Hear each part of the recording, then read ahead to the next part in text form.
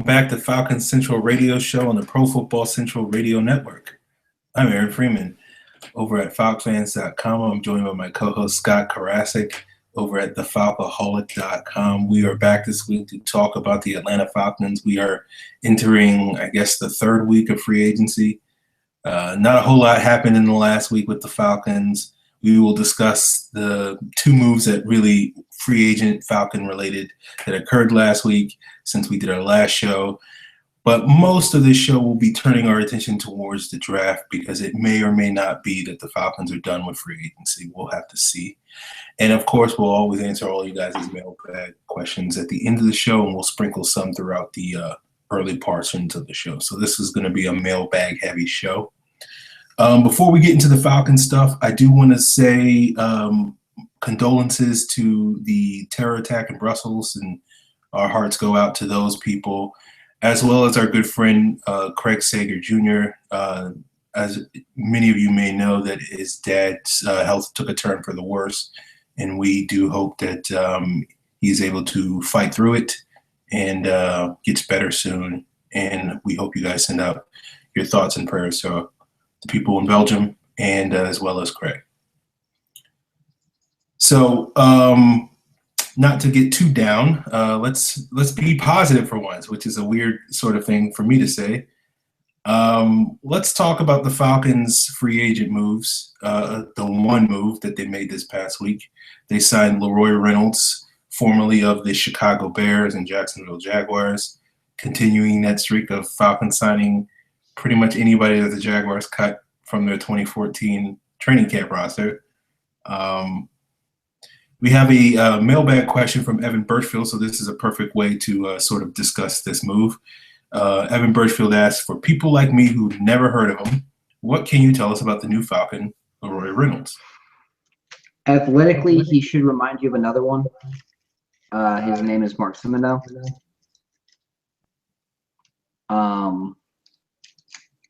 Other than that, the only thing I can say is he's a special teamer. He's like Nate Stupar. That's about what he is. Yeah, I haven't seen Laroy Reynolds play. If I have, it's in the deep recesses of my brain.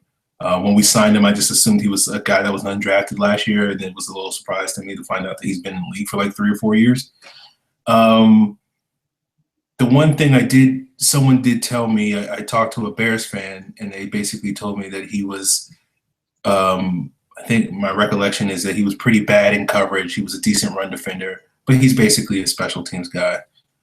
And that's what it is. So, I checked my notes from the 2014 preseason game that we played against the Jaguars, and I couldn't find any mention of Laroy Reynolds in that. I think he started that game. So I don't know what that tells you, but it wasn't as if I was really looking for him at the time. But, yeah, that's all I can tell you. I went back and found every play I could, and I'd rather not have him on the field. I just want him to play special teams. And I think that's all he got signed for. There you go. What position do you think he's going to play, Scott? Because I know he played the Otto, which is basically Jacksonville's sort of Sam version of the Sam, but it's not necessarily a Sam because they don't play always on the strong side. You think he'll play strong with the Falcons or weak with the Falcons? I think he'll back up at strong. I think he's the Otto here because Atlanta does the same thing. They don't always play Brooks Reed on the strong side. Sometimes they play him on the weak side. Yeah, I think he's a backup Otto and then a special teamer. So, again, Stupar. Okay, there you go, guys. Well, speaking of Stupar, the other pertinent free agent move was the Falcons' loss. My beloved Nate Stupar to the New Orleans Saints last week. He signed a 3-year deal along with James Laurinaitis. But, yeah, the Saints seem to be – I don't know what they're doing. But we have another question from Evan Birchfield. He asks, how big a loss was losing Stupar to New Orleans? I mean, this may not shock you, but I'm not on the Nate Stupar should start bandwagon like Aaron was. So, I mean, it is what it is, but like, I'm not gonna lose sleep over losing Nate Stupar. Yeah, no, I think in a vacuum, this is not a huge deal. You lose a versatile backup. He can play all three linebacker spots. You lose arguably your best special teams player, which other than maybe Eric Weems, that has been Nate Stupar the last 2 seasons. So it's not as if it's like, oh, this is not a big deal, but it's obviously a move that you can replace. It's not as if you can't find a good special teams player or a good backup middle linebacker. They're not a gargantuan task to be accomplished here. But I do think it is interesting that we are looking at last year's linebacker core, and I wrote about this last week, where we're looking at, you can make an argument that the 4 best linebackers on the team last year are no longer on the roster. And that would be Stupar, Justin Durant, O'Brien Schofield, and Philip Wheeler.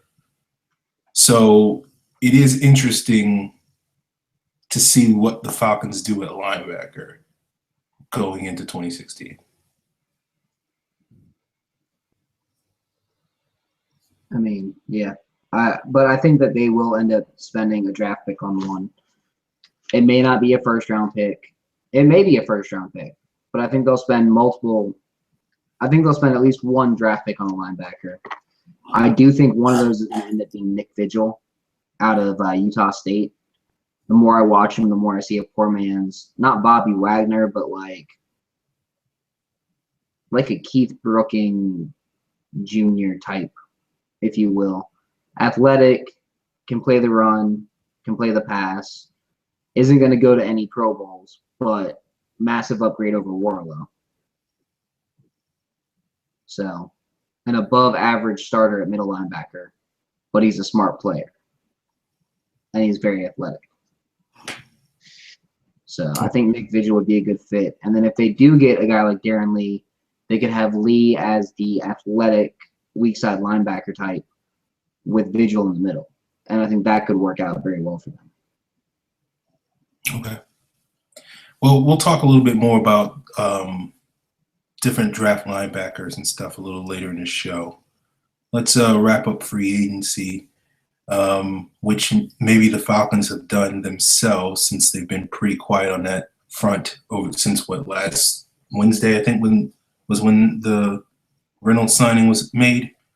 So we haven't heard anything about the Falcons making any moves since then. And it's interesting when you go back to last season's offseason.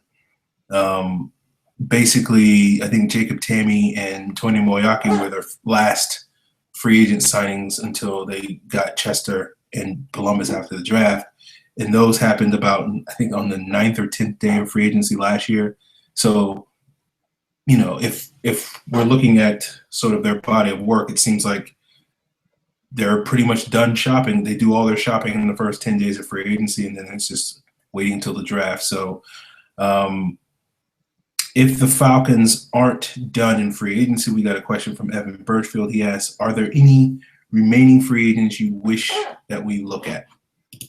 I think if they don't get a good safety in the draft, if they don't get Keon O'Neal or someone along those lines, I do think they end up going after Reggie Nelson as a year or 2 year stopgap. At strong safety, I think it'd be a good fit. I don't think they'll run that true free safety, strong safety alignment that they ran that Quinn ran in Seattle, though, if that happens. I think it'll look a lot more like what he ran in Florida for that 2 year stretch, where his safeties were pretty much interchangeable. He would just drop one in the box if he felt like it. There's times when he would have one in the box, but he'd drop them deep if it was a passing play. So, and it would be someone like Reggie Nelson. So I do think that it's possible that they could still bring him in. I would love to see them go after Carlos Dansby, just because I don't think there's a middle linebacker in this draft that I really think should do it. And Dansby still got the athleticism and coverage ability to at least be a stopgap for this year until next year. And then I think they could get away with drafting Darren Lee and Carlos Dansby as a signing, as a linebacking core for at least a season. Other than that, there's really not a ton of free agents out there that are like, oh my God, let's go get them. Yeah. Especially not a linebacker. Yeah. I'm looking at it, and probably if there's one guy out there that I'd be really pumped if we signed them, it'd probably be Nick Fairley. Yeah. Just because, like, I'm not confident. Like, I think, like, Nick Fairley and maybe Sheldon Rankins, you sort of envision them as that dominant three tech on passing downs for us. And I think those two guys could really be difference makers in our pass rush. But because I'm not confident right at this point that Rankins is going to be there at pick 17, I'd probably bring in Fairley as a sort of a consolation prize, which isn't a bad consolation prize. I'm trying to look and see if there's any other nose tackles out there that I'm like. Sammy Lee Hill. What was that, Scott? Sammy Lee Hill, if used as a pure run defender, not a bad fit. Terrence Knighton, not a bad fit. But I'm with you. If you've got the money and can do it, Nick Fairley's the guy. I mean, I've got the Falcons at $9.4 million under the cap.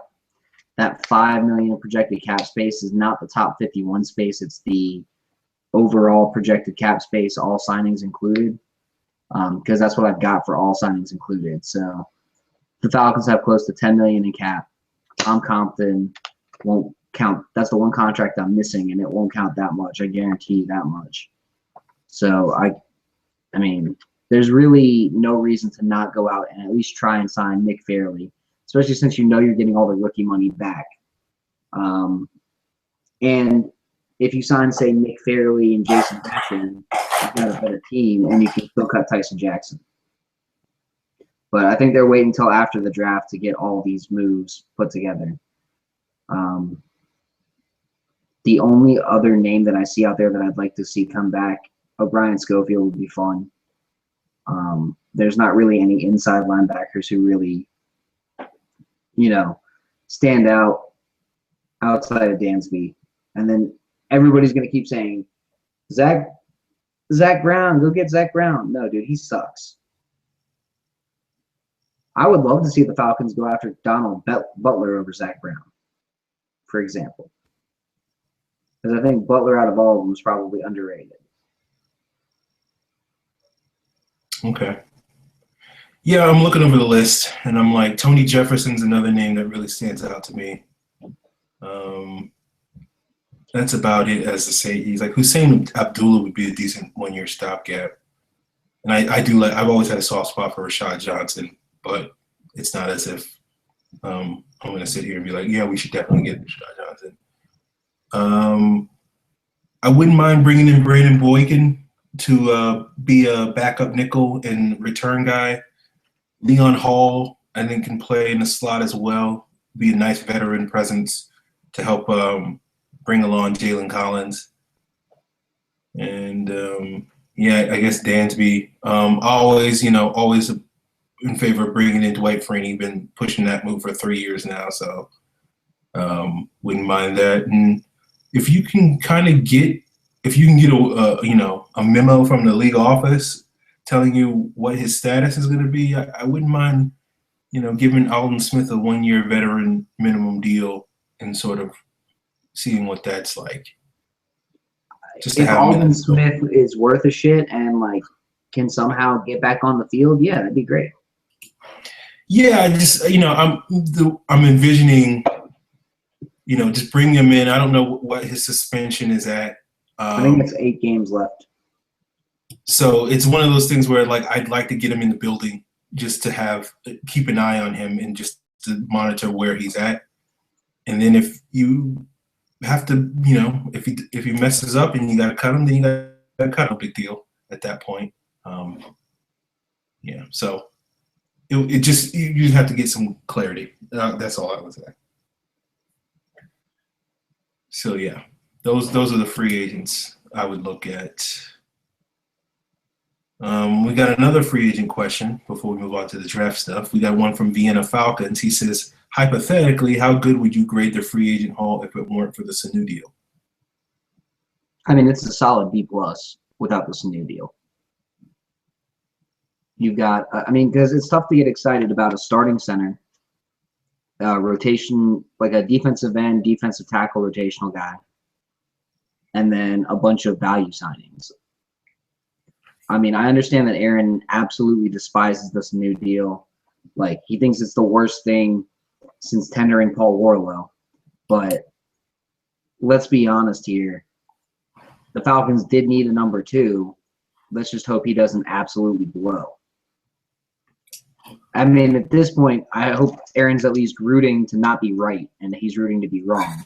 Because as we all know, when Aaron's wrong, good things happen. That is very true. So if Aaron's wrong about Mohamed Sanu and he gets 70 catches, 850 yards, and 4 or 5 touchdowns a year on average for the whole deal, the Falcons won that deal, no matter how you cut it. If he does that every year, they won it. If he gives the kind of impact that a possession number 2 needs to give, they won that deal. Along with all the other stupid shit he does on the side, like throwing passes on trick plays. But I do think the biggest signing was Alex Mack. I do like how they moved Mike Person to right guard, because Mike Person wasn't a shitty blocker. He was a shitty snapper and line call guy. Because you could see it when half the line was making the wrong fucking adjustment. Now, with Alex Mack in there, you don't have a shitty line call on snapper. You got a guy who can do both. And Mack is obviously one of the best blocking centers out there. He's a guy who can take on a nose tackle one-on-one if need be, which is important when you're going against the likes of Kawan Short and Star Latulele in Carolina. When you're going against Jordan Jenkins in New Orleans. When you're going against, the Buccaneers kind of suck there right now. But I can see them taking someone high to where the Falcons are like, God damn it. We got to face this guy again. Because Akeem Spence doesn't give you that thought. Clinton McDonald doesn't really give you that thought. Tony McDaniel sure as shit doesn't give you that thought. But I could see them taking someone pretty high because they got a pretty high pick. Where the Falcons are going, God damn it, we've got to see. Even in the second round, I could see them taking someone like that. You got to see Ashawn Robinson again. You got to see this guy again. Who's not even amazing, but he's just a big dude that's a pain in the ass to block. We got to see Vernon Butler again. Okay. So that should make your V3 look better as a pass blocker too, because it won't be all on the V tree. Okay. How would I grade free agency without the Sanu deal? I mean, I guess I gave it a C last week, so I had to bump it up to the B range.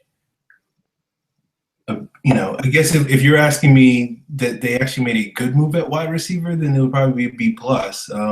If I'm just removing the Sanu deal and they still have a black hole at wide receiver, then it's probably a B-.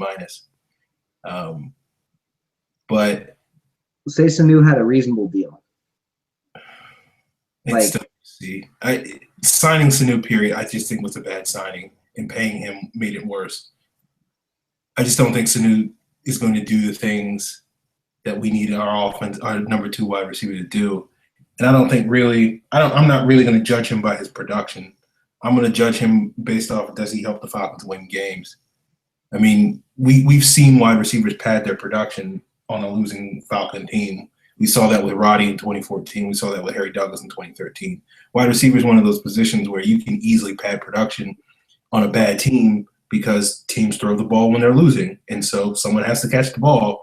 And so you can see, Gary Barnidge, even though Gary Barnidge was actually pretty decent this year, but he was very pretty, one of the most productive tight ends in the NFL. But no one would sit here and say Gary Barnidge is, Rob Gronkowski or anything like that. But it's because the Browns, basically their offense was, when they threw the balls, either Gary Barnidge or Travis Benjamin. So, Sanu can catch 70 passes, but if it's on a 6-10 Falcon team, it doesn't really matter. I'll agree with you there. But if the Falcons win 10 games and he's a big reason why, maybe not a big reason why, but he's at least a solid number 2, and he's doing average solid number 2, or he's doing average number 2 wide receiver NFL things. He may not be completely worth the deal, but I think he's going to be worth more than what you think he is. Fair enough. I mean, I personally think he's going to be better in Atlanta than he was in Cincinnati. Boy, I hope so, because he wasn't very good in Cincinnati. Well, where were his issues in Cincinnati? Route running, technical situation, like technical stuff. His issue isn't, raw athleticism. Not saying he's a ridiculous athlete by any means. He's not Julio. But he's not a shitty athlete either. He's about an average NFL wide receiver in terms of athleticism. He's got about average NFL hands. If you improve his route running, you improve his technique, I think you could have an above average receiver. That's not saying anything crazy here. Roddy had average NFL athleticism, average NFL hands, but had ridiculous technique and ridiculous awareness, and that's why Roddy was a top 5 receiver for those 5-6 years that he was a top 5 receiver. Okay. I mean, that's all good in theory, but I think you have a situation where it's not like Cincinnati's wide receivers coach was a bad coach, because we've seen that guy coach up Chad Johnson. Like, Chad Johnson was terrible when he left Cincinnati. You mean Coach Jackson?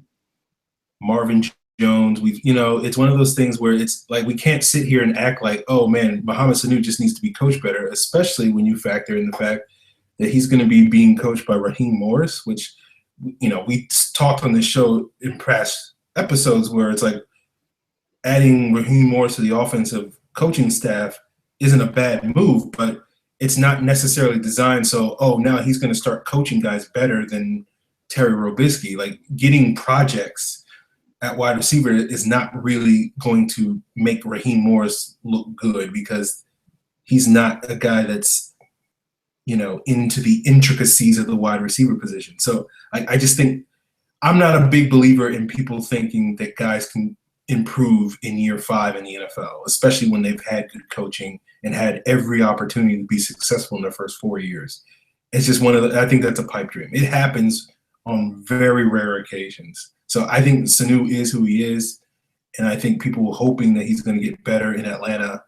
He'll be more productive because he'll get more targets, but I don't think he'll actually be a better player. So,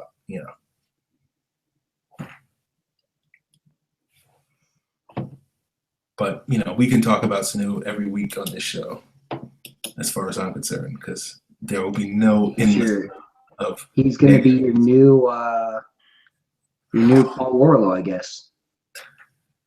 Yeah, we'll get into Warlow a little bit later. But, let's turn our attention to the draft. I guess we ask the question, if the Falcons are done in free agency, what have the moves that they've made sort of signaled their plans going towards the draft? And what now are their biggest needs? I think most people would agree linebacker is a major issue. They only have 5 guys currently on the roster.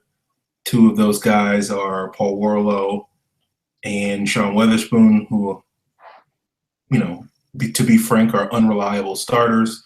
You could probably make the same argument with Brooks Reed. And, losing Schofield and Stupar and Wheeler has certainly diminished their depth now. They're in a situation where their top backups are Laroy Reynolds and Tyler Starr, who's, nothing against Tyler Starr, but has he played a regular season defensive snap in the last 2 years? I think he's played like 10. So, yeah, I can't really say anything there. Okay. So, basically untested depth. That's the point I'm making.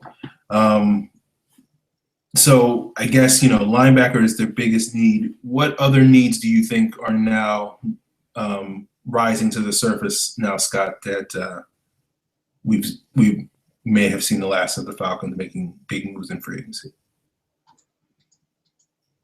mean, obviously middle linebacker, obviously weak side linebacker, strong safety for sure.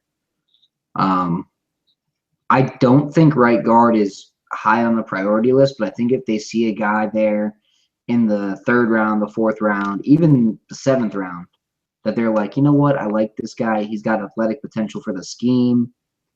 They might do that. Jake Brendel's a guy who they've been very much tied next to, and Brendel fits in very well with the zone scheme. They run a similar scheme at UCLA. He plays center for them, and I think he could play center or guard in the NFL, and I think he could be a good fit as a 6th or 7th or 7th round pick, basically, unless they trade down and somehow pick up a 6th. I do think he's going to be a guy in the mix that late, and I think he's a much better football player than James Stone for the scheme, and he knows how to snap, so win one for the good guys. Tight end, I think they're putting tight end off till next year. O.J. Howard, Jordan Leggett. There's a lot of really good tight ends coming out in next year's draft, a lot of really athletic guys coming out in next year's draft, and I think they feel comfortable enough with Tammy to where they're like, we could sign a guy who could compete. And they might be in the running for a guy like Jared Cook later on, or Vernon Davis later on, for that 1 year veteran minimum, bring him into camp, see what he can do. Defensive end, unless they spend their 1st round pick on a pass rusher, it doesn't make sense to go after any of these guys. I mean, there's Shaq Lawson and Leonard Floyd are the only 2 guys that I like as edge players. The rest of them, I'm really not a huge fan of. Like, Alex McAllister might be the only one who has the athleticism, I think, for the scheme, but he's really skinny for a defensive lineman for his height. Other than him, maybe Stephen Weatherly as like a late pick, but even then, like, there's no one that's really jumping off the page. He's like, yeah, you got to get him. I like Kurt McGinn out of Tennessee, but even then, he's got too many injuries to be like, yeah, take him high. Defensive tackle, I would love to see Atlanta go after a defensive tackle in the mid rounds, someone who's bigger, stouter. I'm not on Aaron's side when it comes to this. Oh, you can't expect a rookie to impact a defensive tackle. There's not much difference at defensive tackle in the NFL versus defensive tackle in college football. In terms of technique needed, in terms of intelligence of the game, defensive tackles go one direction, forward. That's it. Whether it's in the run game, whether it's in the pass game, either you 2-gap or you 1-gap, and that's it. So find a guy that can do a lot of 2-gapping or a guy that can do a lot of 1-gapping and how you're going to use them, and draft them in the mid-rounds. Adam Gotsis is a good fit. He's a little bit skinnier than most, but he's a good fit. I personally am a huge fan of DJ Reader, especially within the scheme. He's a bigger guy, but he can move. If you want a smaller guy and you're picking a little bit earlier, Chris Jones, he's 3'10", but he's 6'6". He'd be fun right in the middle. I think when you look at Dan Quinn's defenses in Seattle, his base defenses, at defensive tackle, it's mainly 2 guys who are about 6'4", 6'5", 310 pounds playing in that defense. And I think Chris Jones, honestly, out of all of them, fits that role better than anyone else. He's big. He's athletic. He's more athletic than Paul Soliai was. And I think he could be a fun fit. And then another one is Bronson Kafusi. If you take him, have him play where Tyson Jackson plays on base, and then move him inside for nickel downs, I think that could work as well.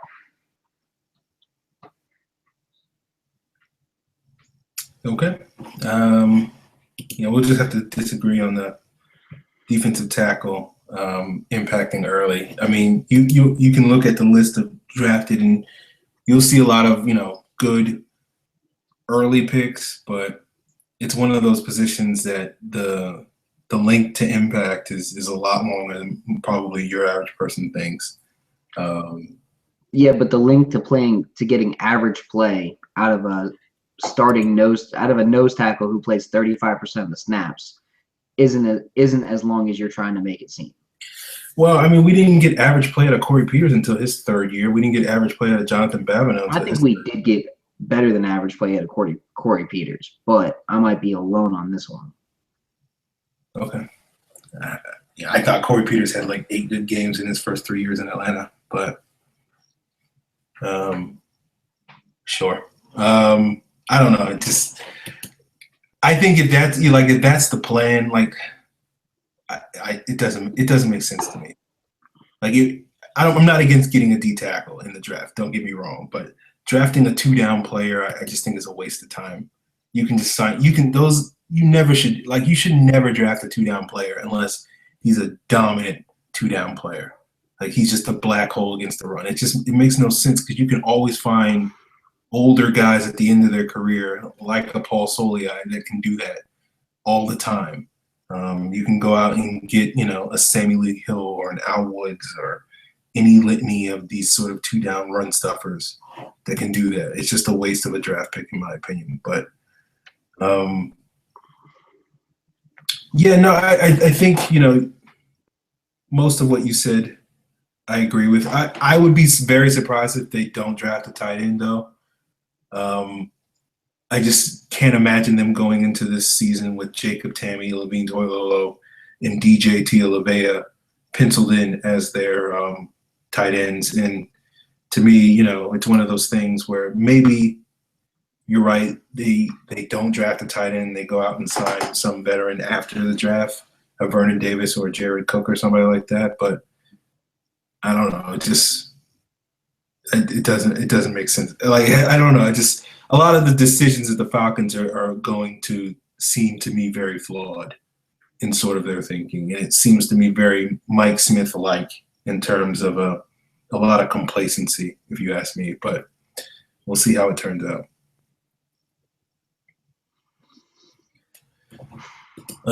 Speaking of D tackles, we have some mailbag questions. We'll get to those piece by piece. Street Poet 2012 asks, what are the chances we go defensive tackle with pick 17? And are you concerned about safety? I'm concerned about strong safety for sure. I don't think D tackle for 17 overall makes a lot of sense unless just throwing an example out here, Shaq Lawson, Leonard Floyd, Noah Spencer all off the board. Joey Bosa's off the board, which he probably will be. DeForest Buckner's off the board, which he probably will be. Darren Lee and Miles Jack are off the board. If it comes down to like Reggie Ragland, not really a huge fan of. Darian Thompson, who I think is more of a second-round talent than a first. A guard like Connor McGovern, who I don't like the idea of taking a guard in the first round this year just because I don't think the value's there. I mean, there's not really a tight end worth that spot. A wide receiver like Laquan Treadwell, which taking a wide receiver in the first round would just be stupid. I mean, if it comes down to basically it's one of these defensive tackles like Sheldon Rankins, Andrew Billings, Emmanuel Ogbah, A'Shawn Robinson, someone along those lines versus a lesser talent elsewhere, you go where the talent of the draft is. And if Sheldon Rankins is there at 17 and it's the choice between him or the very mediocre within the scheme, Reggie Ragland, you got to go Rankins all day. Because Rankins, his first year, will be a rotational pass rusher with John Babineau. And then his second year, you can start seeing him get a lot more snaps in the base and throughout the defense because he does have that Aaron Donald quality to his game. Not saying he's nearly as good as Aaron Donald. Don't get me wrong. Aaron Donald's a freak and a great football player. But Rankins could be a poor man's Aaron Donald. I agree. In fact, if it was me, and I just only started watching Rankins like 2 weeks ago, and I do like what I see. And you're right. I do think he's not on Aaron Donald's level, but he's a poor man's Aaron Donald. I would actually put Rankins ahead of Shaq Lawson on the draft board. I think Rankins would be a better player in Atlanta than Shaq Lawson will. Now, I disagree with you there, just because I think Chuck Lawson's a beast. I think between Lawson and Shelby and Claiborne and Beasley, like you just start building these names up. You got decent football players to play end. I think you'd have enough guys to where you could get rid of Tyson Jackson and just run with that smaller, strong side end with interior pressure that way, and then bring back Schofield. And I think you'd have a much better defense overall. I like Rankins, but I think Lawson would have a much bigger impact in Atlanta. Okay, well, we'll disagree on that. I think Rankins would be, he wouldn't be Aaron Donald, but he'd be very, very good.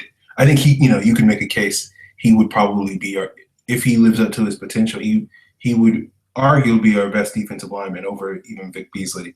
That's how highly I think of Sheldon Rankins. I don't see Lawson to me is a very good complementary pass rusher.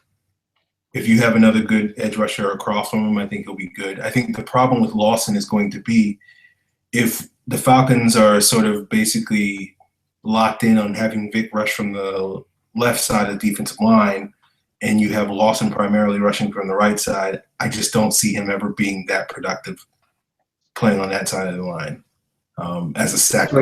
That's where he played all throughout college, though. That's what I don't understand. Well, I mean, he wasn't facing Joe Thomas and Teron Armstead and, Joe Staley in college at Clemson. So it's not to say I think he'll be a pressure guy. I just think him going against left tackles, NFL left tackles, he'll just be kind of a 5-6, maybe 7 sack guy, which isn't a bad thing. But I think he'll be more of a 30, 35 pressure type of guy. And I think, if that's what you're ultimately going to have Lawson be at the NFL level, if Rankins is doing the exact same thing on the interior, it's more valuable to have that sort of player inside than outside, I think, personally. Fair enough. The second part of Anwar's question was, are you concerned about safety? Aaron is very concerned about the safety position. I do not see Kamal Ishmael as a viable starter.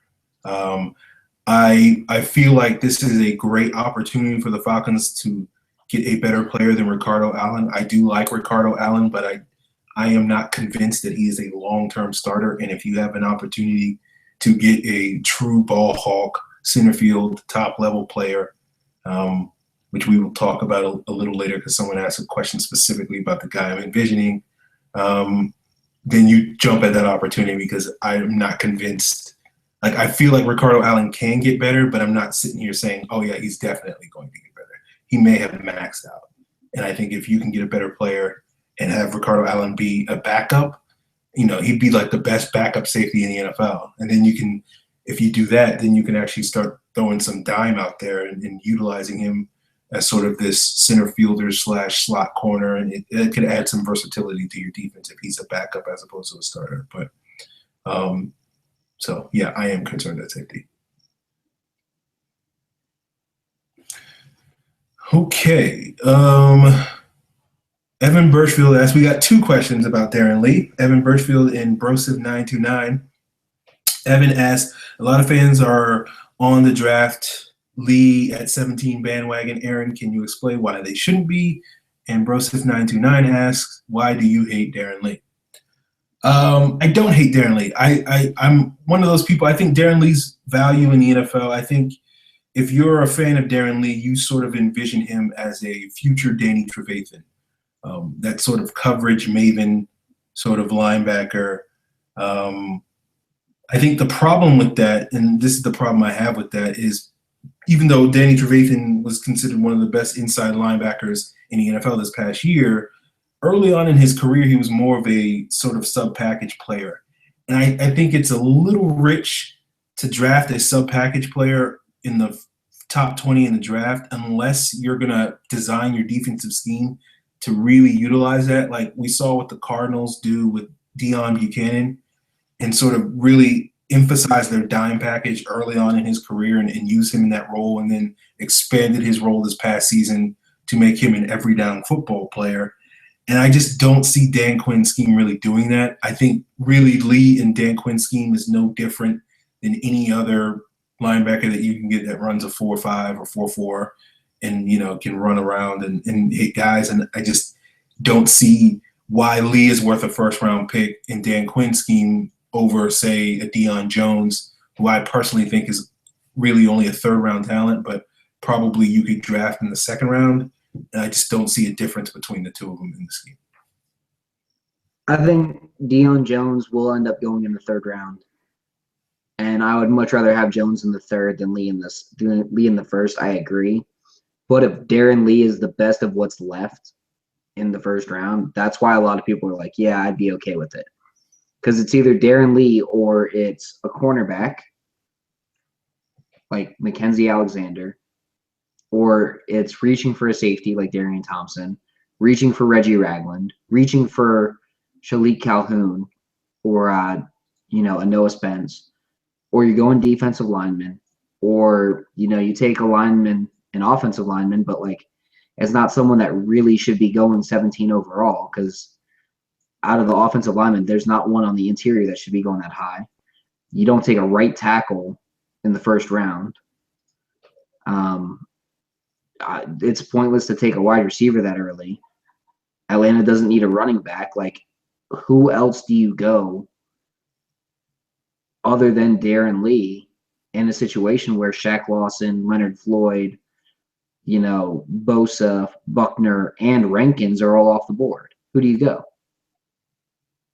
That is the predicament. I guess, yeah. If you're saying Darren Lee is like the most desirable reach that you can make, because I think he's a reach. I agree. He's a low first-round talent. I mean, yeah. If you're like, we have like 6 guys that we can reach at, and we like Darren Lee the most out of those guys, so he's the the smallest reach, I guess. Then yeah, if you're making that argument, then fine. I mean, I think that's sort of the predicament. That's sort of my frustration with this offseason, is the Falcons have sort of put themselves in this position where they're might end up reaching on somebody in the draft, like a Darren Lee or any of these other people that you just named, largely because they ignored or missed opportunities in free agency to, particularly at that linebacker position, to make upgrades. And I don't think they ignored linebacker, for one, because they made bigger offers to Jarrell Freeman and to Danny Trevathan. Those two guys wanted to play in a 3-4. Those two guys wanted to go to Chicago because they both like John Fox. That's what happened. Okay. So I don't 100% believe you, Scott, but I'll go with it. Sure. Yeah, I mean, it still hurts my soul to think about. I mean, basically, they needed to get either Danny Trevathan, Jarrell Freeman, or Terrio Whitehead in free agency, in my opinion, in order to make it work. And they missed the boat on all 3 guys. And I think now they're in this situation where, they're going to wind up reaching on guys. And that what that means is, and, for people that don't understand why that's a big deal, is when you reach on guys, you miss other talent. You miss more talented players because you're now drafting for need. And you might be able to get a legit top 20 talent, but because you have this dire need at linebacker, now you're missing out on, a Sheldon Rankins or somebody like that because you're drafting for need or whatnot. So, and it, obviously it may not be as much of an issue in the first round because we're not looking at a bunch of guys that were like, draft that guy. But it could be an issue in the second and third rounds if they continue to double dip at linebacker or whatnot. Well, I mean, if they double dip at linebacker, I would rather see them go Nick Vigil in the third round or the fourth round. I mean, I personally have a second round grade on Vigil just because I like the way he plays.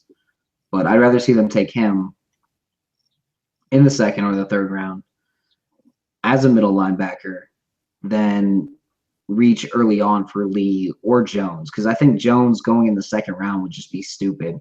I don't see anything on film that would say an NFL team should take Deion Jones in the second round, or Sua Cravens, really. I mean, I like Cravens, but I don't see a second round talent in terms of like linebacker, or at least within Dan Quinn's scheme. I don't see it. Okay. I'm with you on that. I just don't like. I see a bunch of okay to above average starters at linebacker in this draft class, which is fine. Like, I mean, if you're getting that guy in the second or third round, that's fine. Like, no one's going to sit here and complain about getting an above average starter in the second or third round. It's just I just think, I don't know. Just if you're getting like a C plus or a B minus player, it's like that's not going to help this defense take that next step.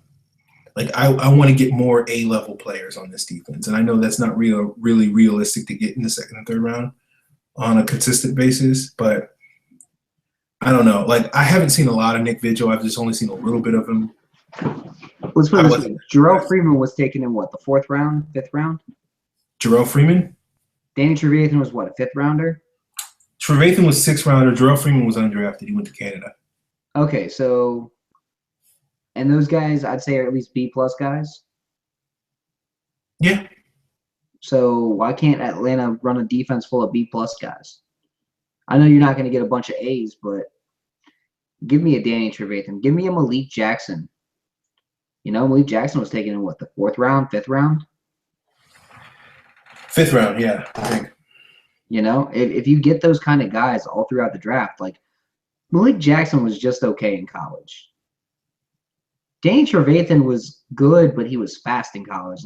But he wasn't like an NFL projectable guy based on his film in college. He didn't really put anything on there in Kentucky where you're like, Danny Trevathan should go pretty high. He's pretty freaking good.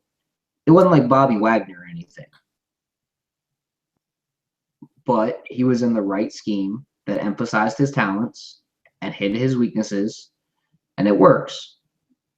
And I think if you're going to do that, you got to do that with a guy like Nick Vigil. And I think Atlanta's scheme for Nick Vigil should raise him up their board a lot more than, say, a Deion Jones, who's not very physical.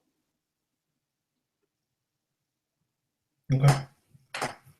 Yeah, I'm with you. I'm not against, drafting the next Danny Trevathan or next Malik Jackson. I think the problem is the issue with a lot of those guys, though, all these sort of guys that we're naming that were the stars of free agency, many of these guys were backups their first couple of years in the NFL. And there's nothing wrong with being a quality backup. Most rookies are backups early on, year one, year two. The problem is if you're drafting guys in the first round, especially in the top 20, like if you're picking at 27 and you're a perennial playoff team, you can afford to draft on upside and wait on guys because probably the reality is if you're the Chiefs, you don't look at your roster and you say, oh man, we got these massive holes that we need to fill because you've been 10-6 and 13-3 2 out of the last 3 years. When you're the Falcons, you can't really afford to draft a guy early that you're basically waiting on him to impact in 2018, especially with a top 20 pick. And so that's part of the issue I kind of have with Darren Lee is I think he could be a really, really good player in 2018. But I think for 2016 and 2017, you're probably just kind of hoping that you just get average starting play from him. And then it all comes together 3 or 4 years from now, and he's one of the best linebackers in the NFL. But then again, I don't necessarily see our scheme turning him into that because I really do feel like he's more of that. If you're going to maximize his skill set, you have to make him into sort of this hybrid sort of coverage player, strong safety linebacker, dime sub-package, nickel sub-package, which is what Trevathan was early in his career in Denver. He was just a nickel guy, splitting reps with Wesley Woodyard on nickel downs. So I don't know. That just doesn't sit right with me picking that at pick 17, where especially when you're a team like the Falcons, who I don't know if Dan Quinn can really afford another losing season. I don't understand that. Dan Quinn didn't have a losing season. He had a 500 season. Okay. Well, a non-playoff season. Let me rephrase that. I think if they go 10-6 and miss the playoffs, it'll be understandable. Fair enough. Losing season. Okay. If Okay. you go 10-6 and you miss the playoffs, Fair especially enough. against Yeah, the I schedule agree that with they're that. going to go against. That happens. It happened to the Jets last year, and it happened to somebody else the year before. So it's not as if it's crazy to say that, but I don't know. It just seems to me that, unfortunately for Dan Quinn, there's a lot of pressure on him to. We sit here and we say he needs time to fix these things, but the reality is he's not going to have as much time as he probably needs to get things turned around. So it's one of those things where, especially if the defense can't make a big step forward this year and be a top 10 unit, it's going to be tough for me to really see this team putting together a playoff season. But we'll see how it turns out. Let's put it this way. When has Arthur Blank not given his head coach at least 3 years? Oh, I think Dan Quinn will get 3 years. Basically what I'm intimating is if they go 7-9 this year for whatever reason, going into that third year, 2018, it's going to be playoffs or bust. And I'll agree with you there. And I think that's the way it should be, though. I think every coach should get 3 years. You get into the playoffs, or you don't really deserve more time with the team. I mean, honestly, Mike Smith lost the roster. Had he not lost the roster, I thought he probably would have stuck around. Had the Falcons made the playoffs and won the NFC South in 2014, Mike Smith would still be the head coach. Yeah, that's probably true. They look I don't know. I just think, I don't want to spend too much time speculating on the future. I'm one of those people that, I've completely abandoned the Kyle Shanahan bandwagon. I think if he's going into 2018 with a new offensive coordinator, because, Kyle Shanahan gets fired next year, it's not going to be a good look. That's all I'll say. I just think it's going to be very hectic and chaotic for Dan Quinn a couple of years from now. But we'll see. We shall see. Going back to the linebacker question, Derrick Hunter, D-Rock the Party on Twitter asked, is Kentrell Brothers in the second or third the best option at middle linebacker for the Falcons at this point? No. He's not the athlete that Atlanta really needs at linebacker. When you look at his film, you don't see somebody who's super quick, who's really processing information very well in coverage. I like Brothers, but he should not be the Falcons' middle linebacker at all. Screw a 3-cone. He's just not the right guy. Yeah, I mean, he tested very poorly at the combine. Athletically, it looks like, he's basically Curtis Lofton 2.0. I think that's a favorable comparison to what Brothers is probably going to be in the NFL. I think he'll be a functional to decent starter. He's a two-down guy. Yeah, like Lofton was. And, he'll be a high motor sort of toughness sort of guy. And if you have athletic outside linebackers playing beside him, you can sort of mask that to a certain extent, as we did early on in Lofton's career. But at a certain point that, having people talk about, oh, you don't need a great middle linebacker to be successful in the NFL. Yeah, it's true. You don't need Luke Kuechly. You don't need Mike Singletary to be successful in the NFL. But you do kind of need a good middle linebacker to be a good defense in the NFL. You need good. You don't need spectacular. Yeah, no, I'm saying who your middle linebacker is sort of puts a ceiling on how good your middle linebacker is, puts a ceiling on how good your defense can be. It's like one of those things where we saw St. Louis was probably the best defense we saw with a bad middle linebacker, and that's because they had arguably the league's top 2 or 3 defensive lines in the league with Laurinaitis last year. When you have a dominant D line, then yeah, you can sort of give some leeway to who your middle linebacker is.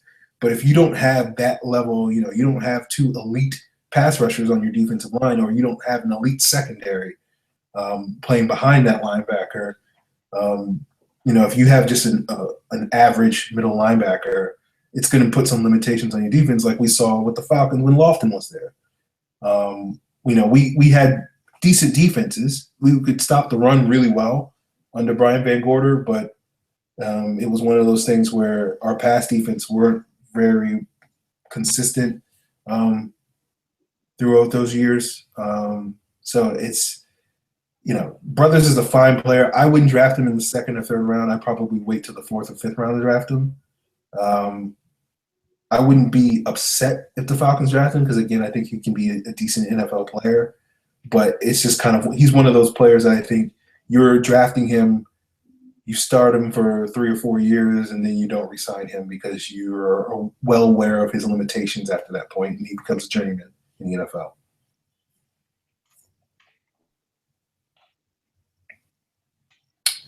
All right. Our next question comes from Vienna Falcons. He says, would Carl Joseph be a viable solution to our still persisting safety problem in the second round? We have another question from D-Rock the Party, which is also Joseph related. He says, how would you feel making Carl Joseph be starting strong safety year one, but long-term free safety, rotating him with both Ishmael and Allen this year? I like Carl Joseph. His injuries kind of scare me. Unless the Falcons get him in the third round, I don't feel comfortable with his injury situation. I mean, that's just kind of is what it is. That's fair enough. Yeah, I love Carl Joseph. He's my second favorite player in this draft, behind Miles Jack, of course. Not saying that he's the second best player in the draft, but I'm just saying he's my second favorite player. When people ask me, is there any prospect you do like? It's it's Miles Jack and Carl Joseph. And then, it's a big drop from to the next group of people. I do like DeForest Buckner, though, by the way. But, yeah, I think, the worry with Joseph, I think he's a top 15 talent. I think he's the best safety prospect in the last 5 years. But I do wonder about his injury issue because safeties tend to get injured, as people may be well aware of. It's a sort of position that when you play the way Carl Joseph plays, as this hard-hitting guy, and you're only, you're 195, 200 pounds or whatever, it's going to lead to some, issues. And I think the one concern with Carl Joseph is he might wind up having a career similar to Bob Sanders, which is when he's on the field, he's extremely good, but he basically misses the better part of 2 or 3 years. Eric Berry's another great example of this, a player that's often injured throughout the early portion of his career, but he's a great player. I think Joseph is that type of player. I think if you can get him in the second round, I think it's worth the risk. I think he's a first-round talent again, and I think if you can get him in the second round, you sort of mitigate some of the issues. If he does wind up getting hurt a lot, then it's less of an issue then if you take him pick 50 as opposed to pick 20 or whatever. But I would love Joseph in Atlanta. I do see him as a free safety more in the Earl Thomas mold. He's not on Earl Thomas's level, but I think he's the closest player we've seen since 2010 when Earl Thomas came in the league. I wouldn't play him at strong safety. I just think you're just kind of risking injury. I would hope the Falcons get a better option than Ishmael at that spot, and so you could have Joseph and that other guy starting. But obviously, if it's between Joseph, Ishmael, and Allen, Joseph and Allen are your two best safeties. So, get Joseph on the field as much as possible. So I see where you're coming from, D-Rock. So it does make sense. I can't really hate it. I just hope we can do better than Ishmael. Okay. All right. We got a question from Charlie Rogers 68. He asks, what are your thoughts on the wide receiver from Maryland? He's referring to Marcus Leak, who background information. To be fair, Charlie, I've never seen Marcus Leak play. He was the number 3 receiver at Maryland 2 years ago behind Stephon Diggs and whoever else was there. He basically left school last year due to academic issues, sat out this past year, and then went to some schools combine. I think UNC Charlotte or something like that, and tore it up pretty good. Had posted some pretty good pro day numbers, but I don't know anything other than that I just said. So I don't have any thoughts on it. He wasn't okay. He was just meh. Yeah, I mean, I would guess he's probably a priority free agent based off of his athleticism, but the lack of production and the academic issues, I don't think I don't know what he is as a player again because I haven't watched him, but just looking at what I know about him from on paper, it sounds like he's a guy that you give a shot to in camp and see if he can sneak up on some people and basically pull a Victor Cruz and surprise you down the road. Yeah, I don't think he's that good. Okay, there you go. Noah Williams asked if the Falcons trade back to the mid-20s, who's a few guys that you would want them to take? To the mid-20s? That's rough because it's kind of a dark hole. Emmanuel Ugba, Vernon Butler,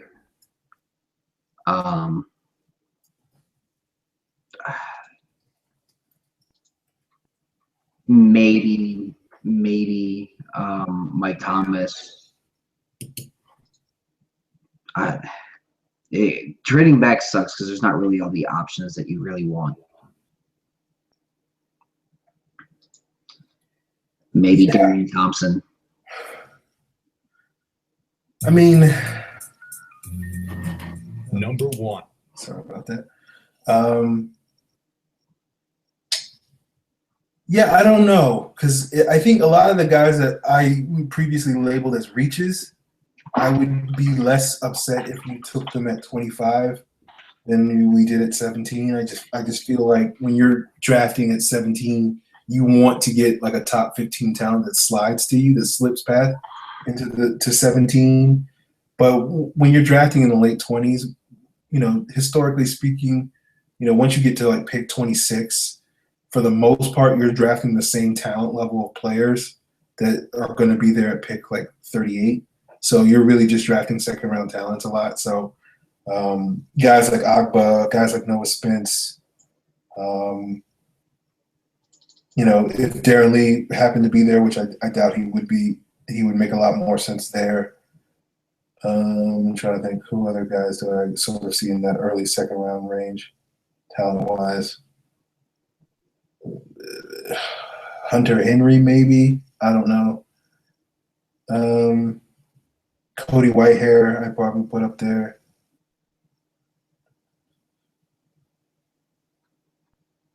Yeah, so yeah. If you can trade back and get an extra third round pick, then it's not as much of a reach if you're drafting at 26 and taking a second round talent than it is if you're drafting a 17 and taking a second round talent. Jack Weaver asks, who do you think could be the steal of this draft, and who do you think will be our best value pick? Who is going to be the best value pick? Oh, that's always a tough one. Well, I can answer the first part. I would say I think I'm a big Carl Joseph fan. If he winds up going in the second or third round, I think he'll be the steal of the draft. And obviously he'll be the best value pick if the Falcons wind up getting him. Trying to think, what other sleepers do I really like that I think the Falcons could get? I really do like this offensive line class. It's a lot of really good second rounders. Yeah, like I feel like, we can wait until the third or fourth round and we'll get a really good player. Someone like Connor McGovern who would fall. I like Joe Dahl.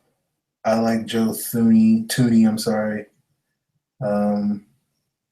Yeah, there's a bunch of good zone blocking sort of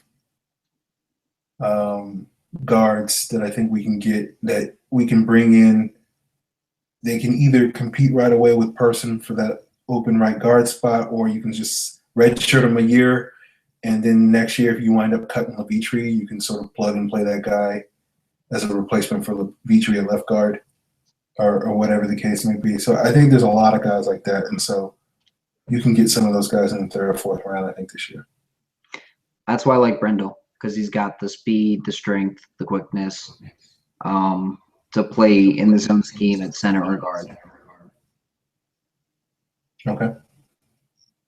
But I also like Ryan Kelly. If you want a guy who could come in, play right guard for 3 or 4 years, and then slide him over to play center to finish out Ryan's career, I think Ryan Kelly would be the guy.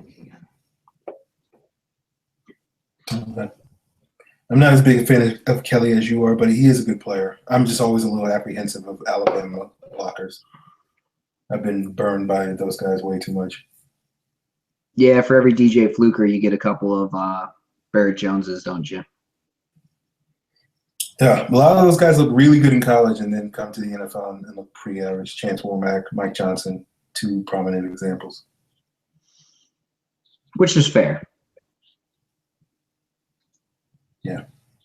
So, always a little apprehensive of those guys. And, Ryan Kelly might be the exception. So I don't want to condemn him, but I'd just be a little nervous drafting him. That's all. Okay, let's get into the rest of the mailbag questions. A lot of these are a little bit more general than those sort of draft questions. I think we still got a couple more that are draft related, though. Our first one comes from Evan Birchfield. He asked, do you think they view Sanu as a long-term complement to Julio? This may piss Aaron off, but yeah. I think they see he's in the number 2. I would hope so. I mean, if you're going to pay him $32 million, I'd hope you see him as a long-term compliment. Because he's got those exceptional hands and that great one-on-one separating ability, as they say. I personally don't see him as a long-term, as you probably are well aware, but obviously you hope the Falcons, when they forked up that money, they're not just basically saying, oh, we'll just pay him for 2 years and then we'll cut him loose. It just doesn't make any sense if that's the plan moving forward. If you just wanted to rent a guy for 2 years, you don't have to pay them $32 million.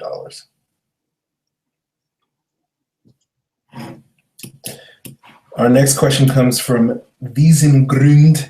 He asked, what are your thoughts on the new defensive line lineup in the base and nickel now that Shelby is getting the Bennett role? I like it a lot better with Shelby in there. I'd prefer to see Adrian Claiborne as the base Leo. I'd like to see Vic Beasley playing the I'd really like to see Vic Beasley playing a strong side linebacker spot, and I'd rather see Brooks Reed playing what's that role? Middle linebacker. Yeah, I like that a lot better. I do think it's a lot better than it was last year.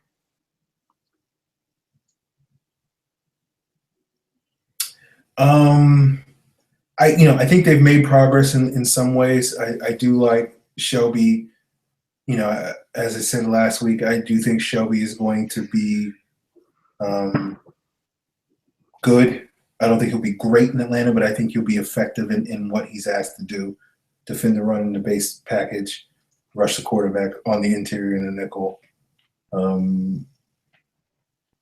Claiborne right now is probably penciled in as the rush end in the nickel. I think he's fine in that role. I don't love him in that role, but I'm not going to complain too much if he winds up staying in that role. I did want to see Jarrett get more reps in the nickel. It does seem like they're going to play him more as the base one technique, which I think might be putting a little too much on his plate. So I'm a little concerned about that, especially if Warlow's the middle linebacker. I don't see Jarrett doing as effective a job as keeping him clean as Soliai did. So, I think there's a little bit of a trade-off. You're going to get much more disruptive with Jarrett playing that role. But I don't necessarily know, there's going to be a little bit of a give and take there. So we'll see how the rest of the run defense holds up. And then I don't really see Claiborne as a good base end, just because I've always thought his run defense was, frankly terrible, dating back to his days in Iowa. So I'm a little concerned, are we going to put Beasley back in that role, playing that base Leo? Or is there somebody else that they're going to pick up in the draft that can do that? I think obviously Shaq Lawson can do that. So waiting to see how that goes. But, they've made some progress in terms of their pass rush. I think they might have lost a little bit in the run defense, but we'll see how it turns out.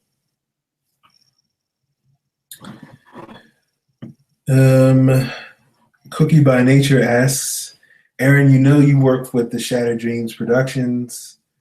Anyway, feelings on Tyler Starr at backup Sam linebacker? I mean,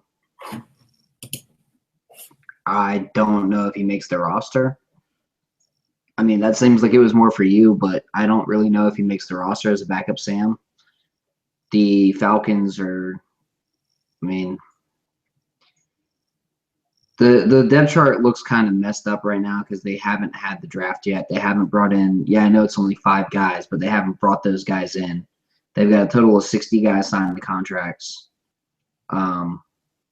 So it means they got 30 spots left before this roster is anywhere close to final for the camp roster. And even then, they still churn the bottom of it. So, right now, the Sam linebacker spot looks like Brooks Reed and Tyler Starr. I'd say Laroy Reynolds is probably your backup Mike, just because there's only 5 guys who you could really call linebackers. And then, maybe Vic Beasley plays linebacker a little bit. And then you got your passing and rushing set defensive lines. But I don't see Tyler Starr long-term being the right guy. Yeah, it's a big year for Tyler Starr. This is going to be his make or break training camp. We saw some flashes of ability last summer with him. It wasn't quite enough to really get a spot on the field. We've seen him do some good things on special teams and limited opportunities during the preseason. So, ultimately, if he's going to stick, it's going to be because the team sort of sees him replacing Schofield and Stupar, sort of filling some of that void loss on special teams. I don't know what his future is going to be because, again, like Scott, I'm not convinced he'll make the roster. If the Falcons bring in more help at that position, we'll have to see. But, obviously right now he's got the leg up. And, for the life of me, I wouldn't be that thrilled if the Falcons drafted or signed another strong side linebacker that wasn't O'Brien Schofield. So we'll see with Tyler Starr. I don't have any sort of strong feelings, Devontae, but I'm looking forward to seeing what he does because I know people have been asking the Falcoholic, why isn't Starr getting more love? So, hopefully he'll get some more playing time this year. Okay, we got a question from Vienna Falcons. He asked, regarding the Falcons missing out on players despite offering more money, is it possible that Noisegate, Coxgate, and Gaygate, going crazy on these gates, are turning the otherwise so model behavior franchise into a troubled spot that free agents try to avoid? The Watergate was a hotel. Quit calling everything something gate. Watergate had literally nothing to do with water. Now that we're past that, is it a troubled spot? No. I mean, Atlanta, at least according to the agents that I've talked to, was a close second for both Trevathan and Freeman.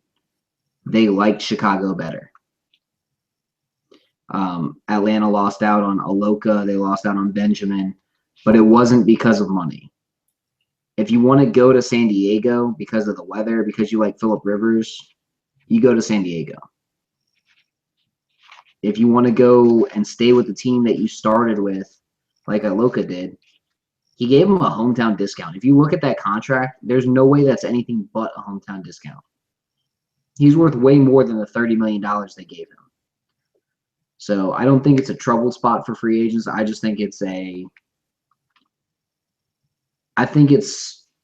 there are places that a lot of these guys want to go to. Some guys grow up as Chicago Bears fans, and that's why they want to go to Chicago. Some guys grow up as Atlanta Falcons fans, and that's why they want to come to Atlanta. It all just depends on who their favorite team was growing up. Sometimes it's who offers the most money. Sometimes it's who offers the best situation for them to see targets, like in Sanu's case. That's why he picked Atlanta. Obviously, money did have something to do with it, but he knew he was going to get a lot more targets in Atlanta than, say, New England. Okay. I do like the gay. That's funny to me. I've never heard that. No, I don't think these incidents, as we might refer to them, are affecting players wanting to come to Atlanta. I just think, they're, I know people are going to hate me for saying this, but they're a second-tier team. That's why free agents are coming to them. So that's the way it is. It used to be Arthur Blank would take you out to a steak dinner, and every free agent that we wanted to get, we could get. That isn't the case anymore. And so, I don't know if there's a specific reason for it. It's just, I think, having three non-playoff appearances, 3 seasons of not making the playoffs probably contributes a lot to it. So, we're back to a little bit of level of irrelevance that we weren't in prior to that. So it's harder to attract guys to sell them on playing for the Falcons. So I think that's more the situation than any gates.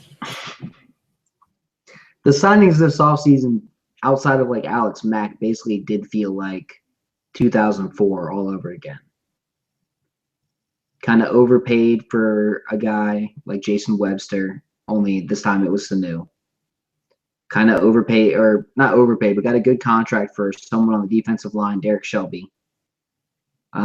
The only real big free agent Atlanta got this offseason was Alex Mack, but that might have been the best free agent signing of the offseason. So you win some, you lose some. If Atlanta starts winning a lot more games, I think you'll see a lot more players coming to Atlanta. And then next year, right now, I've got their projected cap as $60 million. So even if you do take out $10 million for Trufant, you take out a couple of different contracts out, or you take out a couple $1 million for some contracts that need to be re-signed. I do think you'll see the Falcons with a pretty good team heading into next year and a ton of cap space. Okay. What are we? Okay. We got 2 Mike Person related questions. The first one comes from Evan Birchfield. He says, Scott Person was moved to guard. Do you believe the offensive line that will start week 1 is on the roster now? And our good friend Ryan O'Brien asks basically the opposite question. I do not understand any of the love for Mike Person.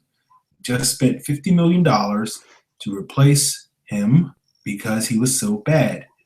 Now it sounds like they are just going to give him the right guard spot. If he was such a great guard, he would have been there already. Now I don't love any of these guards in the draft. If Ryan Kelly somehow slips to our second-round pick, what are your thoughts on taking him and playing him at right guard? I would be totally down with Ryan Kelly at right guard. However, if it's between Ryan Kelly and Keanu Neal, I know Mike Person can give me at least an average showing at right guard because his blocking as a center was good. His line calls, his adjustments, his snapping sucked, but his blocking was really good. So I'll take the guy who can block a little bit, and maybe he ends up showing out and he's a above average right guard.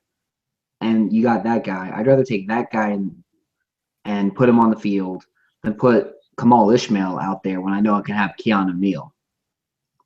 That's just me. Do I think Mike Person being moved to guard means that the Falcons have their starting offensive line week 1? Barring injury, yes. I think it's Jake Matthews, Andy Levitre, Alex Mack, Mike Person, Ryan Schrader. Barring any real injuries, I think that is your offensive line for 2016. I do think they take at least one offensive lineman in this draft. If it's in the mid-rounds, that's great. I do think that 7th-round pick is going to be Jake Brendel. Regardless of what anyone out there is saying, it makes a lot of sense with the amount of time that they're spending, with where Brendel's valued at, and with how he fits the team. I think they take him, they put him as a guard/center depth guy, and they train him on how to be a good, starting offensive lineman once either Person or Levitre is not on the Falcons anymore. Okay. I'm with you on that Brendel thing. I think if he's there in the 7th round, and I think he will be, I could see them very much drafting him. I pretty much agree with Scott. I do think the starting 5 offensive line is probably on the roster right now. I just don't see the Falcons drafting an offensive lineman high enough in the draft that he'll be immediately penciled in as a starter. Like if they use one of their first 2 picks on an offensive lineman, there's a decent chance, there's a pretty good chance that player might wind up starting week 1. Because generally speaking, when you draft a guy in the top 50 picks, you expect him to start week 1. Or at least contribute, yeah. Yeah. He'll get an opportunity. Basically, he'll get an opportunity to compete for a starting spot if you're a first-round pick or an early second-round pick. But, yeah, I do think the Falcons will probably wait till the 3rd or 4th round to draft an offensive lineman, or maybe even later in the draft, especially if they trade back. So, yeah, I'm not as big a fan of Ryan Kelly being plugged in as a guard. I'm not a huge fan of taking a guy that has spent all of his time playing one position and then asking him to play a brand new position in the NFL and then expecting him to contribute early. As far as I know, Kelly was a center in high school. He's a center at Alabama. And if he's played any guard, it's been on a limited basis. If you want to draft him and sort of train him to be a guard, because if you assume Alex Mack is going to be around for a couple of years, that's going to be Kelly's best chance to get on the field. That's fine, but I wouldn't expect him to be able to come in right away and play guard at a starting level because it's basically a brand new position. And he played center and tackle in high school. He played center in college. He played a couple games at guard, but for the most part, he did play center. Okay.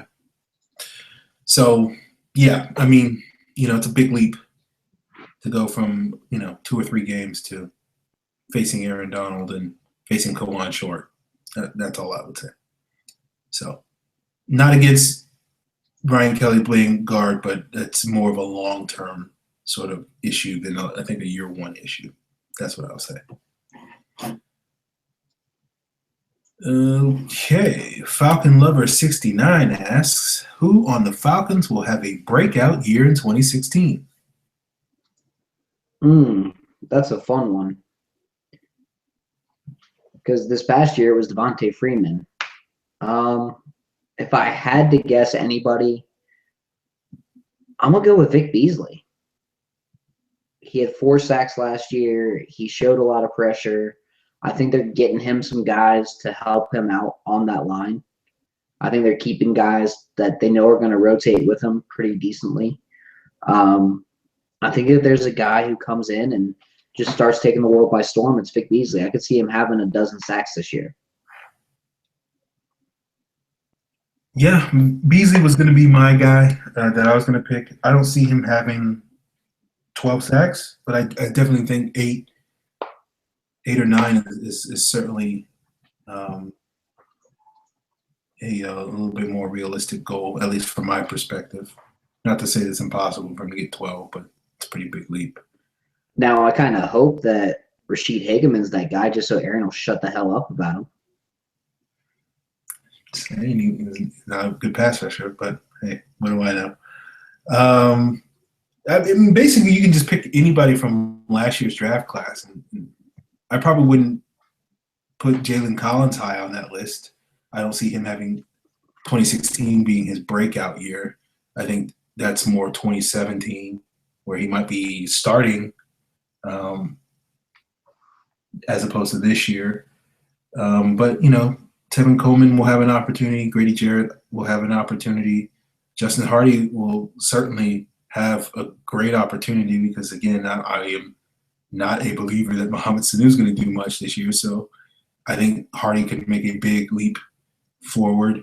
If, I'm not that big a fan of this guy, but, other people are. If you think Kamal Ishmael is going to start, he'll have an opportunity to have a breakout year this year. Yeah, I'm trying to think who else.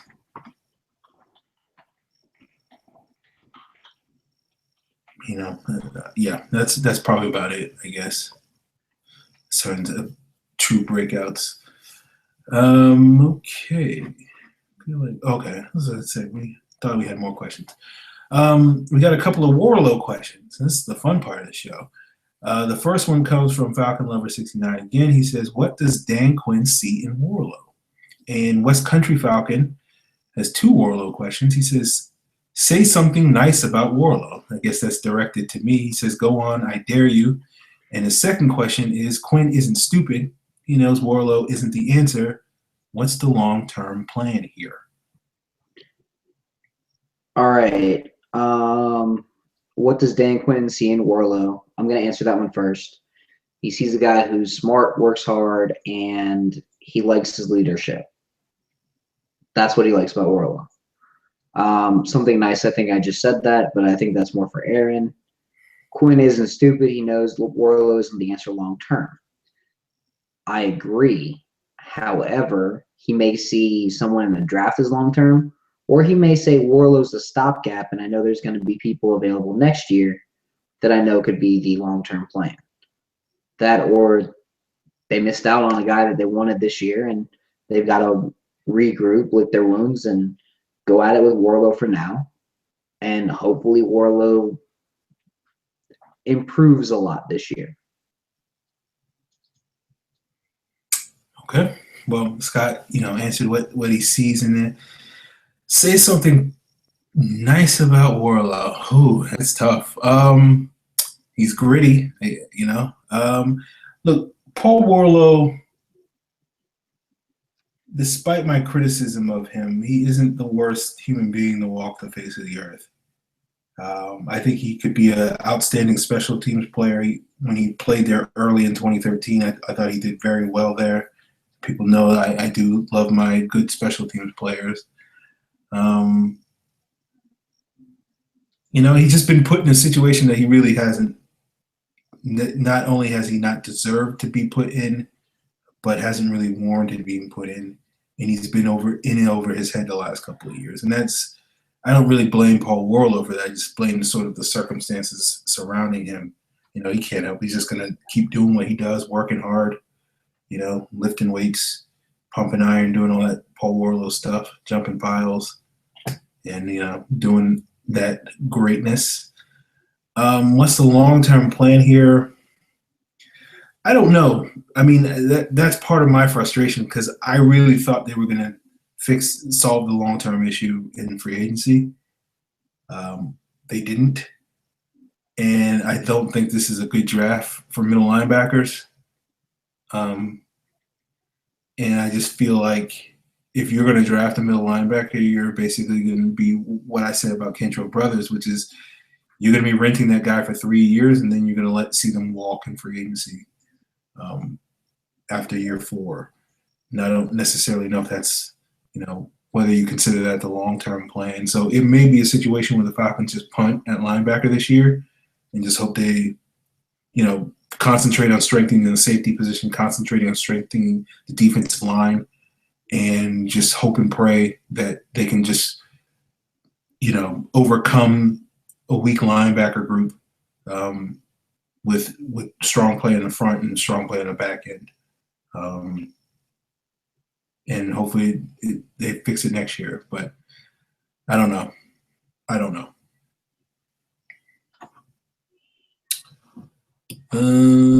Okay, let's roll into the next question from Los Johnny. He asks, when will the positivity train start rolling? For me, I know that's directed at me because Scott is usually positive like 90% of the time. I admire him for that. But I don't know. I like the Alex Mack signing. I like the Derek Shelby signing, but it's sort of been negated, I guess, from my perspective, with the misses at middle linebacker and the Sanu signing. So it's not a net positive. I guess I'm just waiting for the draft, and I'm hoping the Falcons really nail it with the draft, and, they have another draft like they did last year where they got some really good players. So I guess wait till April 29th. Maybe you'll see the positivity train for me start rolling. But between now and then, I doubt you're going to see very much positive over the next 5 weeks. So sorry. I'm the positive one. That he is. I think the Falcons can win 10 games this year because they got a competent center finally. So. Okay. Yeah, I don't want to break it down. I don't quite agree with you, but yeah, I'll just let it go. We'll talk about it. We got a whole offseason to talk about that.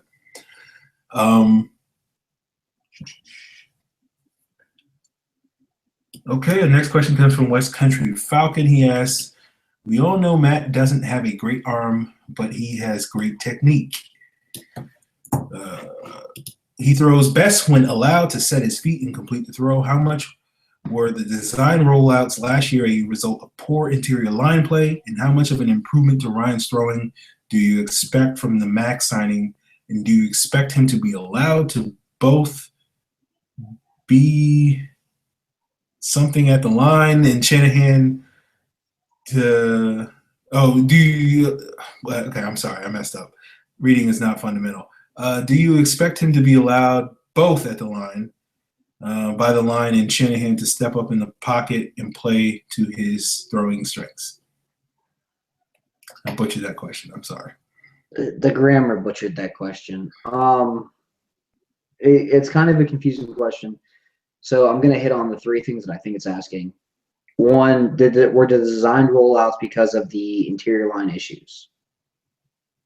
That's one thing. Okay. Second is, do you expect Ryan to make more throws inside the pocket because of the Max signing? And then third, do you think him to improve his play because of the Max signing and the ability to step in the pocket?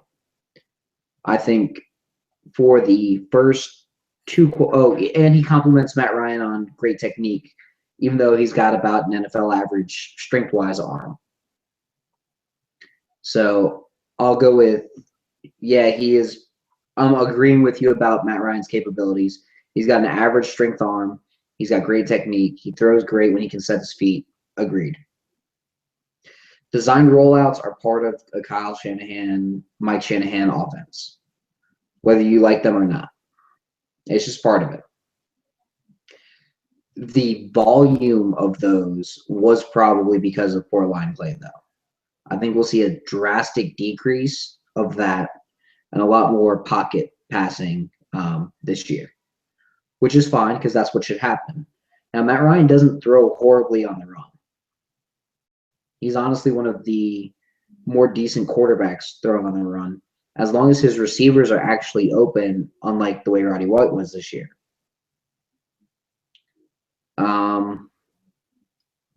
So there's that. Okay. I do think that with Max signing, it will help Matt Ryan out a tremendous amount, the same way having Todd McClure in the middle helped out a tremendous amount. When you've got a center who can make line calls, who can make sure that you've got protection and that you can keep the depth of the pocket, because it's a pocket. It's a pocket. You got to have depth and width kept in it. So when you've got the guards and the center that can keep the depth, and then the tackles can keep the edges, he's got tackles that can keep the edges. He's got a center that can maintain the depth. He's got guards that are, if they're competent and listen to Mac in pass protection, should be able to keep the depth.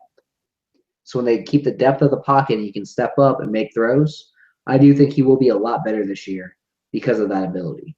When you have Mike Person in the middle, you can't have that pocket to step up and make those throws. It's very tough to do because your interior is getting destroyed. So, yes, I do think that Shanahan will let him step up in the pocket a little bit more this year. Yes. No, I don't think Shanahan was the issue last year. I think the issue was the center wasn't worth a fucking shit. And I think it screwed the offense completely.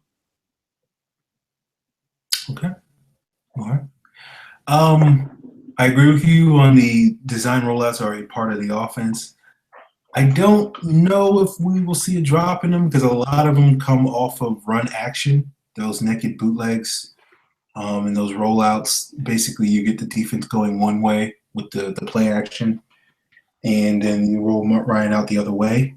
So, if the running game works, really well, and the Falcons can run the ball as much as they want to, then I think we actually might see more rollouts and those sort of things for Ryan this year. Do I think Max signing will help Ryan? I do. One of the complaints I had about last year was I don't think Kyle Shanahan let Matt Ryan dictate at the line of scrimmage as much as he probably should have, which was a very common complaint that people had. I think that was one of the more valid issues that people had with Shanahan's offense last year. And I think if you're not going to make that change and let Matt Ryan sort of do all the no huddle at the line of scrimmage stuff that he's shown that he's excellent at doing in previous years, then you definitely need a center in there that can make the line calls, as Scott talked about. Person wasn't good at that. Once teams figured out, these guys can't handle an A-gap blitz, they started throwing those at us pretty regularly in the second half of the season. And, there was like a 5 or 6 game streak where every game we gave up a sack to an inside linebacker. And a lot of it had to do with our inability to make proper line calls and adjustments because the person's inexperienced there. So the point I'm getting to is if you have Mac there doing that, that shouldn't be an issue anymore. So I do think Ryan will be better.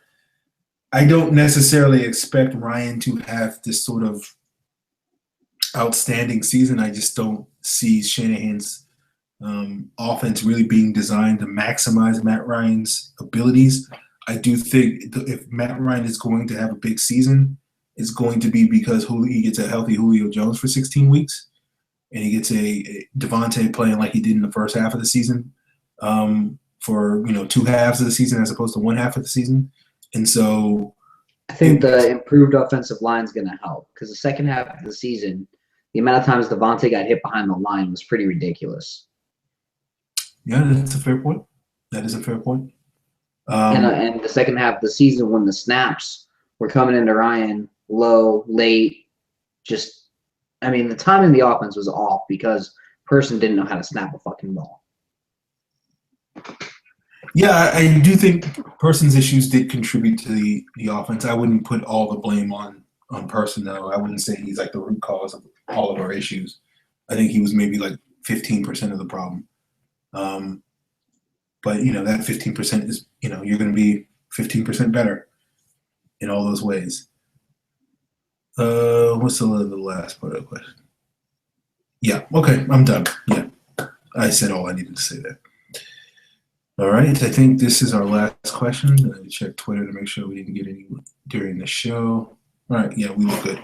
All right, our last question comes from Jason, ATL 153, and I think, Scott, you can answer this pretty quickly. He says, a question on the salary cap.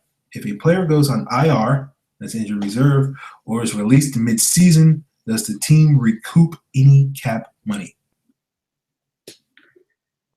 So, all right. If a player goes on injured reserve, the salary is just exactly what it's supposed to be based on the contract. Unless there's a reason for it to be non-guaranteed for injury reason, even then we're how do I put this? Even then you still have to come up with an injury settlement to get him off your roster, which is why the Falcons had to come up with an injury settlement for John Asamoah. Now, if you release them mid-season, it depends. Are they a vested veteran, and did they accept their benefit for vested veteran?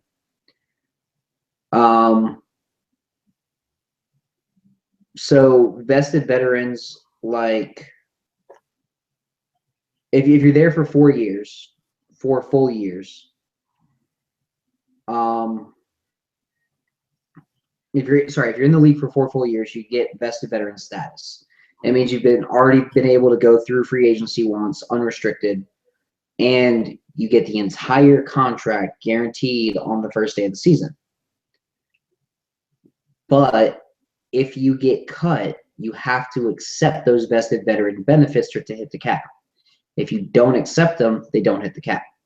It's kind of a slightly unknown rule, and you can only use that vested benefit once. So Ray Edwards, when he got cut in 2012, thought he was going to sign with someone else.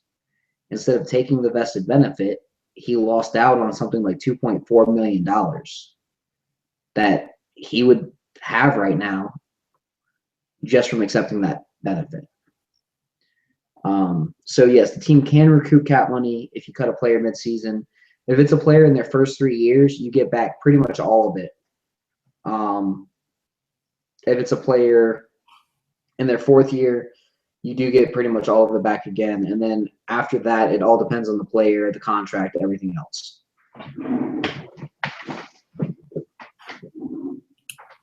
Okay, there you go. I hope that answered your question, Jason. So I think it's a no and a yes, or a no and a sometimes. Yeah. All right, guys, that's our show for today. If you want to get your mailbag question answered, it's easiest if you can use the hashtag Falcons Mailbag. Send it our way. We will find it. Or you can tweet at the show's Twitter handle at FalconsPFC. You can also tweet at me. I am at FalcFans. You can tweet at Scott at KarassikS. For any of you that don't know how to spell it, that's CARASIKS. Be sure to subscribe to this podcast on iTunes. You can check it out on ProFootballCentral.com. Rate and review us. Leave a comment on YouTube.